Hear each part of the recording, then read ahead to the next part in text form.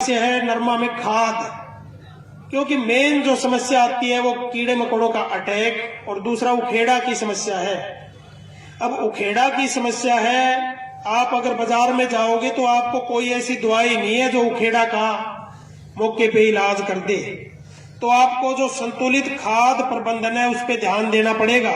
संतुलित खाद प्रबंधन की मैं बात करूं तो किसी भी फसल में 17 पोषक तत्वों की जरूरत होती है, चाहे वो नरमा की फसल हो, चाहे धान की फसल हो, चाहे आप गेहूं की फसल हो।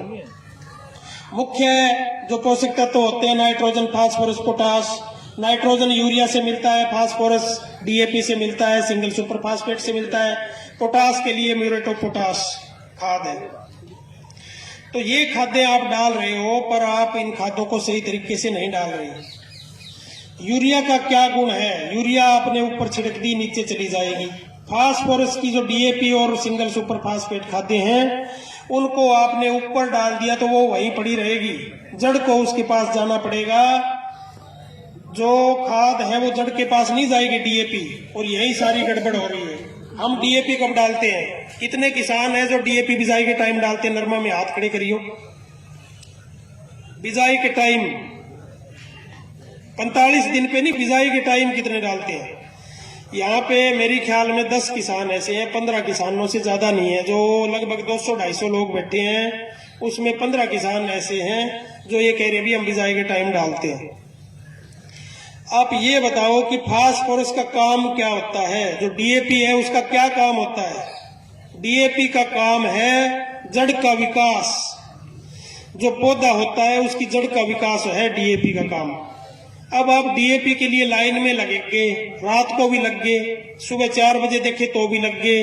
एक बार मेरे पास फोन आया जी, बोला आपको ड्यूटी मजिस्ट्रेट बना दिया। मैं बोले किसका बना दिया भाई?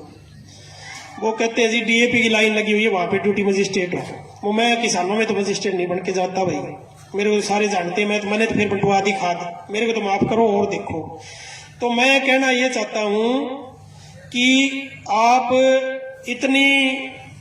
इतना परिश्रम करके डीएपी का एक बैग हासिल करते हो, पर आप उसको सही तरीके से नहीं डालते। आप गेहूं में डीएपी कब डालते हो? सारे बिजाई में डालते हैं नीचे, पर नरमा में 45 दिन पे डालते हैं। 45 दिन पे आप डालोगे, नरमा की जड़ का विकास नहीं होगा। 45 दिन में आप साइड ड्रेसिंग करते हो, साइड में डालते हो, तो आप जो खेड़ा जिस पौधे में आया है आप उसकी जड़ को खोद के देखना, वो जड़ साइड में चली हुई मिलेगी। ऐसे इतनी सी जड़ चल के और साइड में चली हुई मिलेगी। हम किसान भाइयों को ये कहते हैं कि आप 45 दिन तक पानी ना लगाओ, ताकि उसकी जड़ है वो ज्यादा से ज्यादा गहराई में जा सके। पर हम ये कभी नहीं कहते कि आपको खाद पहले पानी पे देना है। खाद को पहले पानी पे देने का कोई मतलब नहीं बनता। जिस तरह हमारा शरीर है उसमें 3 स्टेज होती है। सबसे पहले जो वेजिटेटिव स्टेज होती है पौधे में, उसका वानस्पतिक विकास होता है। उसके बाद में रिप्रोडक्टिव स्टेज होती है। रिप्रोडक्टिव स्टेज में उसमें टिंडे आएंगे, फूल आएंगे, और आपकी जो मेन जो हमारा फोकस है वो रिप्रोडक्टिव स्टेज पे होता है। टिंडे बढ़िया लगे, फूल उसमें बढ़िया आए, टिंडा है उसका साइज बढ़िया हो, फाल है नरमे का वो नीचे गिरे ना, उसके लिए किसान सबसे ज्यादा पैसे खर्च करता है और सबसे ज्यादा मेहनत भी उसी टाइम में होती है। आज जो हम सुंडी के साथ जो लड़ाई कर रहे हैं वो सिर्फ टिंडे को बचाने के लिए कर रहे हैं। हम पहले इतना स्प्रे पे इतना ध्यान नहीं देते, या स्प्रे आप ना भी करो पहले तो इतना ज्यादा कोई फर्क नहीं पड़ता। आप सुंडी का एक स्प्रे मिस कर दो, आपको जो पैदावार है आपकी वो 0 पे पहुंच जाएगी।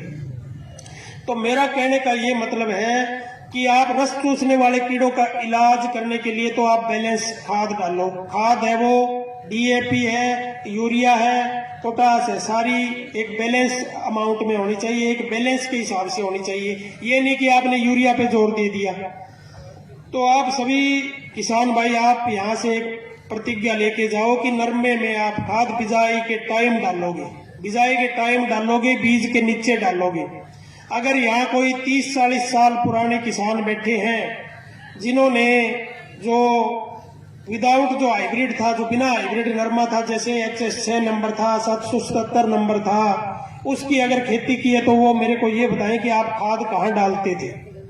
ये जो सिलर वाला सिस्टम आया ना, सिलर से खाद डालते हैं, साइड में खाद डालते हैं, इसके कारण हमारी जो फसल है उसमें गड़बड़ आ रही है, खाद सही टाइम पे पहुंच नहीं सकती और आपकी जो फसल है उसमें नुकसान हो रहा है, फसल में उखेड़ा आ रहा है। सारे किसान डीएपी डालो या आप सिंगल सुपर फास्फेट डालो। एग्रीकल्चर डिपार्टमेंट है, इन्होंने 2008-9 में एक ड्रिल थी, उस पे सब्सिडी दी थी। उस ड्रिल का नाम था BT cotton seed cum fertiliser drill. उस टाइम वो 27,000 रुपए की आती थी और उसमें 10,000 रुपए सब्सिडी थी। सब्सिडी का मतलब होता है किसान को एक नई और बढ़िया आदत डालना। तो किसान को डीएपी जड़ में बिजाई के टाइम डालने की आदत डालनी थी, इसलिए जो गवर्नमेंट है उनको पता था कि किसान भाई है वो नीचे नहीं डाल रहे और इस बात के लिए उन्होंने BT cotton seed cum fertiliser drill किसानों को दे दी। तो शुरू में किसानों ने जो सब्सिडी पे मशीन ले आए तो शुरू में डाला, नरमा भी ठीक हुआ और सारी चीजें ठीक होती रही। बाद में धीरे धीरे वो मशीन पुरानी हुई, अपने खर्चे से किसी ने नहीं खरीदी और वो ही 45 दिन में सिलर वाला सिस्टम शुरू हो गया। तो उससे क्या हुआ, जड़ का विकास नहीं हुआ, जड़ का विकास नहीं हुआ। तो उखेड़ा का कारण ये है कि बरसात आती है या आप पानी लगाते हो तो एक बार टेम्परेरी रूप से 2 दिन 3 दिन के लिए पोषक तत्वों की जो सप्लाई है उसमें व्यवधान आ जाता है, उसमें रुकावट आ जाती है। तो रुकावट आने से क्या होता है कि नरमा की जो फसल है उसमें उस टाइम टिंडे बनने का टाइम होता है, पोषक तत्वों की बहुत ज्यादा जरूरत होती है, पोषक तत्वों की जरूरत होती है और नीचे से सप्लाई होगी बंद, तो पौधा क्या करता है, एकदम भूखा मर के और मुरझा जाता है और सारा पौधा है वो खत्म हो जाता है।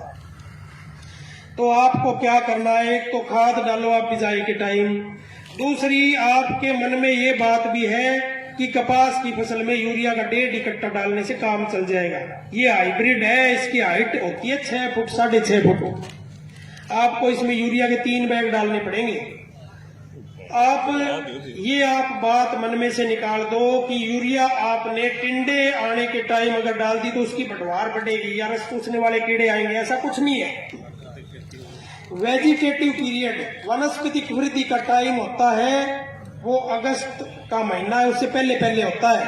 अगस्त के महीने में जब फूल और बक्के आने लग जाते हैं, टिंडे आने लग जाते हैं, तो इसका वनस्पतिक वृद्धि का टाइम कपास का खत्म हो जाता है। उसके बाद में रिप्रोडक्टिव, जो इसमें रिप्रोडक्टिव फेज शुरू हो जाता है, उसमें आप अगर खाद दे देते हो तो टिंडों में जाएगी वो खाद, उसमें पत्ते नहीं निकलेंगे, ना कच्चापन बनेगा। तो ये एक आपने जो मन में धारणा बना रखी है, उस धारणा से आपको पार पाना पड़ेगा और आपको जो खाद है डीएपी वो आपको एक टिंडे बनने के टाइम और एक फूल बनने के टाइम एक बैग आपको डीएपी का यूरिया का डालना पड़ेगा। उससे क्या होगा कि जो पोषक तत्वों की सप्लाई है वो प्रॉपर हो जाएगी।